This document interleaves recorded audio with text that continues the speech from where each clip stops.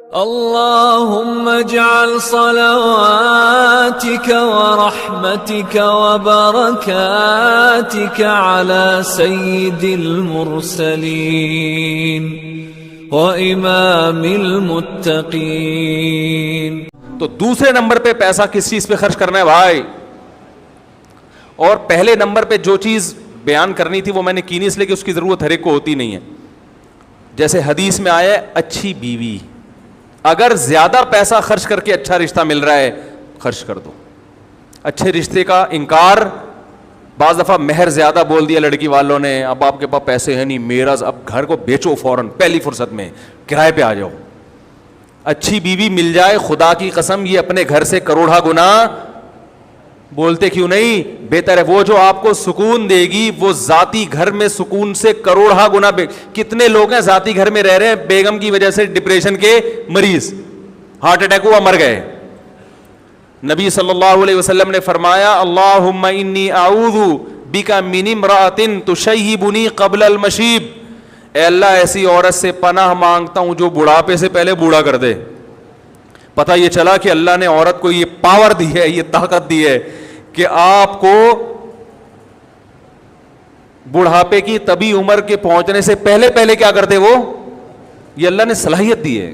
خواتین کی تعریف کر رہا ہوں میں، بڑی بڑی اللہ نے خواتین کو صلاحیتیں دی ہیں، جن میں ایک صلاحیت یہ بھی ہے کہ آپ کی جوانی، بڑھاپے کی عمر 60 سال تھی، ریٹائرمنٹ کی عمر 60 سال تھی، اس نے 40 سال میں آپ کو ریٹائرمنٹ کے قابل بنا دیا، مینٹلی ریٹائر کر دیا اس نے. آپ آفس میں جا کے آپ نے استعفیٰ دے دیا، بھائی 60 سال تک میں انتظار، بولو نا بھائی نہیں کر سکتا. تو اس چیز پہ پیسہ خرچ کرو.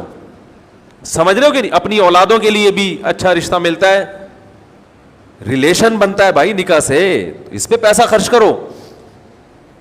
کرتے ہی نہیں. ابھی دیکھ لو نا، وہ میں نے پہلے ایک صاحب کے ذمہ لگایا رشتے کرانے کا نا، انہوں نے 10,000 روپے فیس رکھی، میرا اس میں کوئی وہ نہیں تھا بھائی. میں نے کہا آپ کی مرضی، فری میں کراؤ، کمیشن لے کے کراؤ، میری بلا صحیح، یا آپ جانو میرے پاس ٹائم نہیں ہے رشتے کرانے کا. انہوں نے 10,000 روپے رکھ دی فیس. انہوں نے کہا اگر کوئی ایکسٹرا آرڈینری اچھا ہوگا تو 1,00,000 روپے لوں گا. ان کی مرضی، جیسے جو چاہے کرے وہ. یعنی انہوں نے کہا کہ اگر کسی کی شادی میں نے کرائی ایسی جگہ جو بہت ہی اچھا رشتہ ہوا، لڑکی والوں سے 1 روپیہ نہیں لیا انہوں نے، لڑکے والوں سے، کہ اگر میں نے بہت اچھی جگہ نکاح کرا دیا تو پہلے بتاؤں گا کہ یہ رشتہ ہے، لیکن اس کے میں کتنے لوں گا؟ 1,00,000. تو انہوں نے جو مجھے رپورٹ پیش کی، ایسے کنجوس کمبخت جن کی آمدن ہے 1,00,000 روپے کما رہے ہیں ماہانہ، انہوں نے کہا 1,00,000 ہم دینے کے لیے تیار، حالانکہ رشتہ بہت اچھا ان کو پسند بھی آ گیا. تو میں نے ان سے کہا کہ جو کمبخت جس کے پاس پیسے ہوں اور اس کو اچھا رشتہ مل رہا ہو اور اس پہ 1,00,000 روپے خرچ کرنے کے لیے تیار نہیں ہے، وہ اس قابل نہیں ہے کہ اس کی آپ شادی کرائیں. وہ بیوی کی قدر، جو کمبخت ابھی حصول کے لیے 1,00,000 روپے خرچ نہیں کر رہا تو اس کو روکنے کے لیے کہاں سے خرچ کرے گا؟ نہیں یار یہ بات میرا خیال ہے یار، کنجوسوں کا اس دنیا میں کوئی گزارا نہیں ہے. یاد رکھو ان کی قسمت ہے کہ وہ پٹتے رہیں اور موت تک پٹتے رہیں وہ. اور اگر آپ کے پاس نہیں ہے تو پھر معیار گراؤ اپنا. دنیا کا اصول ہے بھائی گوشت خریدنے کے پیسے نہیں ہیں تو گوشت والے کو جا کے مت بولو کہ قیمت کم کرو، آپ کدو کھا لو. آپ بولو اللہ نے مجھے گوشت کی صلاحیت نہیں رکھی، کوئی بات نہیں، دنیا میں بہت سے کدو کھا کے بھی زندہ رہتے ہیں. ابے کیا ہو گیا، غلط کہہ رہا ہوں کیا میں؟ لڑکی کا باپ تو آپ سے مہر زیادہ لے گا، اس کو پتہ ہے میری بیٹی کی یہ خصوصیت ہے، ایجوکیٹڈ ہے، پڑھی لکھی ہے، خوبصورت ہے، کم عمر ہے، اس کا حق ہے کہ وہ بولے بھائی اس کے مہر میں زیادہ لوں گا، اس کا حق ہے. اس کو ترغیب دی جا رہی ہے سستے میں، یعنی دیکھیں اتنا مہر اسلام میں اچھا نہیں ہے، پسندیدہ نہیں ہے، دیکھیں ایکچولی. تو بھائی اسلام میں سخاوت بھی تو ہے نا. گاڑی پہ کم بہت تو اتنے پیسے خرچ کر رہا ہے، رکشے پہ اتنے پیسے خرچ کر رہا ہے، کھانے پینے پہ اتنے اڑا دیتا ہے. تجھے اگر اچھا رشتہ مل رہا ہے اس بیس پہ لڑکی والے تجھ سے زیادہ مہر مانگ رہے ہیں، یا جو نکاح کرانے والے ہیں وہ زیادہ کمیشن مانگ رہا ہے، تو اس میں کیسی کنجوسی بھائی؟ آپ بولو یار یہ تو اللہ آپ کا بہت بڑا احسان، اگر مجھے اچھی بیوی مل گئی اور میری زندگی بن گئی، 1,00,000 کے بجائے میں 2,00,000 روپے دوں گا آپ کو. آپ ایسے بولو، میں ایسے ہی بولتا ہوں، تبھی میری 3 ہوئی ہیں الحمدللہ. ایسے تھوڑی ہو گئی بیٹھے بیٹھے. میں نے کسی کے ذمہ لگایا کوئی اچھا رشتہ بتاؤ, انہوں نے کہا یہ رشتہ ہے لیکن وہ مہر زیادہ مانگ رہے, میں نے کہا اس ڈبل کر دو, اتنی جتنی استطاعت ہو. بعض جگہوں انکار بھی کیا, میں نے کہا بھائی ڈبل تو کر دو, لیکن پھر جو بچے پہلے سے ہیں پہلے ان کا حق ہے, ان کو تو کھلاؤ نا پہلے. نہیں یار یہ تو رہنے دیں, ایسے ہی رہیں جیسے ہیں نا, بس اس پہ خوش. ذاتی مکان, میرا کوئی ذاتی مکان نہیں ہے, نہ ذاتی پراپرٹی ہے, بنا بھی سکتا ہوں, اللہ بہت دے دے تو بنا لوں گا. میرے نام سے ممکن ہے کوئی کہے کہ فلاں پراپرٹی آپ کے نام سے, وہ پھر مجھ سے الگ میں ملے تو میں بتاؤں گا اس کی کیا کہانی ہے. تو ذاتی جو ہے نا, نبی صلی اللہ علیہ وسلم نے فرمایا نحوست کتنی چیزوں میں ہے, 3 چیزوں میں. گھر میں, گھر کا مطلب کیا ہے کہ ذاتی گھر ہے, بے شک ہوادار نہیں ہے, دھوپ روشنی کا انتظام نہیں ہے بھائی, کشادہ نہیں ہے. گھر کشادہ ہو, ہوادار ہو, دھوپ کا انتظام ہو, روشنی آتی ہو, یہ چیز, اور پڑوسی اچھے ہوں. یہ چیزیں نہیں ہیں, نہ کم بخت دھوپ کا کوئی انتظام ہے, گھر مرغی کا ڈڑبا لگ رہا ہے, 80 گز کے گھر میں 12 بچوں کو ایک کمبل میں ٹھونسا ہوا ہے بھائی, لیکن فخر اس پر ہے ذاتی گھر ہے. سرجانی ٹاؤن میں میرا, بولو نا, ذاتی گھر ہے. تو پاگل پنے کی علامت ہے. اللہ کے بندے کرائے پہ رہ لیتا, کیونکہ آپ کو یہ کہ یہ اینٹ آپ کی ذاتی ہو, اس کی آپ کی باڈی کو یہ چیز سمجھ میں نہیں آتی کہ یہ روشن دان آپ کا لگا ہوا, یہ پنکھا, باڈی کہتی ہے پنکھے سے ہوا مل رہی ہے کہ نہیں مل رہی ہے, باڈی کو دھوپ چاہیے نا. کیا ہو گیا بھائی, آپ کو پتہ ہے میری ایک پنجاب یونیورسٹی کے ایک پروفیسر جو بہت ہی سینئر پروفیسر ہیں, انوائرمنٹ پہ ان کی یعنی مہارت ہے, جو انوائرمنٹ پہ جو ہے نا پی ایچ ڈی بھی کیا ہوا ہے انہوں نے, اور انوائرمنٹ پہ ان کے بہت مقالے بھی ہیں کہ ماحول انسان کی صحت پہ کیسے اثر انداز ہوتا ہے. انہوں نے بتایا, ایک میٹنگ تھی ان سے, انہوں نے کہا کہ اچھا وہ مجھ سے ملنے کے لیے آئے تھے اسپیشلی, اور ملنے کے لیے اس پر آئے تھے کہ یہ جو آج کل خواتین نسل روکتی ہیں اور کہتی ہیں صحت خراب ہوگی, میں نے آپ کا بیان سنا ہے کہ نسل روکنے سے خواتین کہتی ہیں صحت اچھی ہوگی, زیادہ پیدا ہوں گے تو صحت خراب ہوگی. تو آپ کا میں نے بیان سنا ہے, میں آپ کو اپریشیٹ کرنے کے لیے آیا ہوں کہ میڈیکلی 100% درست ہے. نسل روکنے سے عورت کی صحت برباد ہوتی ہے, بچے پیدا کرنے سے برباد نہیں ہوتی, نیچرل ہے.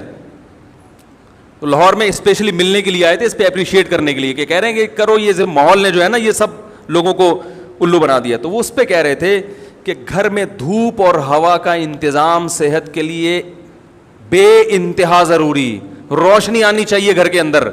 اور آج کورڈ گھر بنائے جا رہے ہیں, اے سی میں بیٹھے رہتے ہیں 24 گھنٹے, بیڑا غرق ہو رہا ہے صحتوں کا.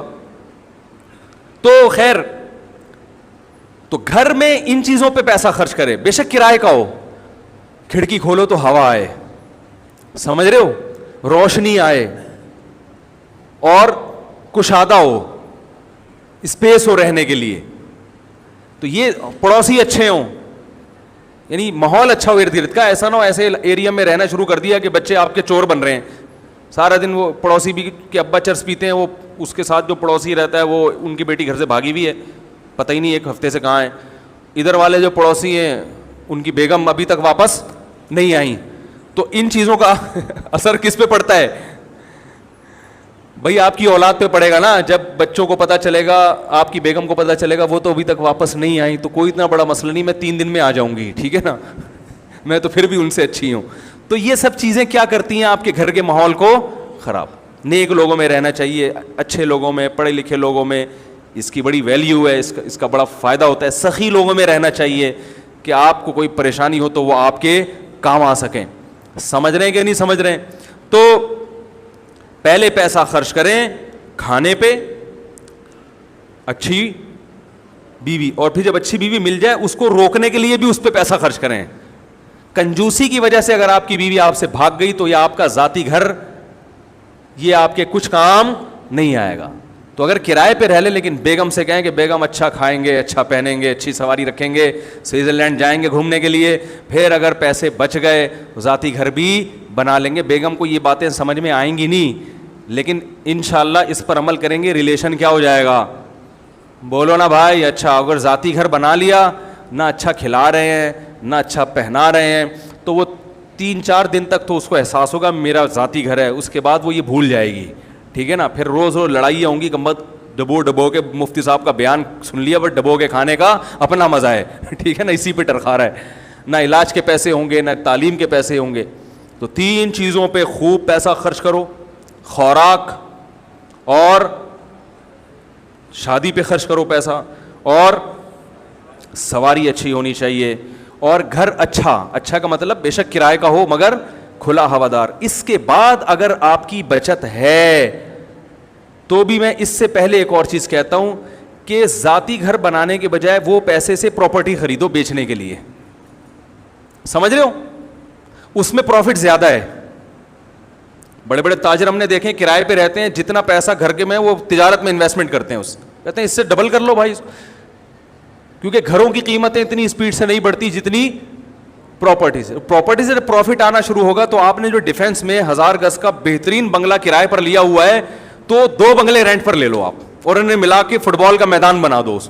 ایک مثال دے رہا ہوں کہ حقیقت نہ سمجھیں اس کو, یعنی اس سے بھی لگژری گھر لے لو آپ رینٹ پر. سمجھ رہے ہو. اور جب کوئی غربت کا تانا دے, ہائے تم تو ساری زندگی اپنا پلاٹ نہیں بنا اپنا مکان نہیں بنا سکے, لوگ اس غربت کے تانے سے بھی ڈرتے ہیں, تم تو رینٹ پہ رہتے ہو. آپ بولو میرے بحریہ ٹاؤن میں 10 پلاٹ ہیں, زیادہ فری ہونے کی ضرورت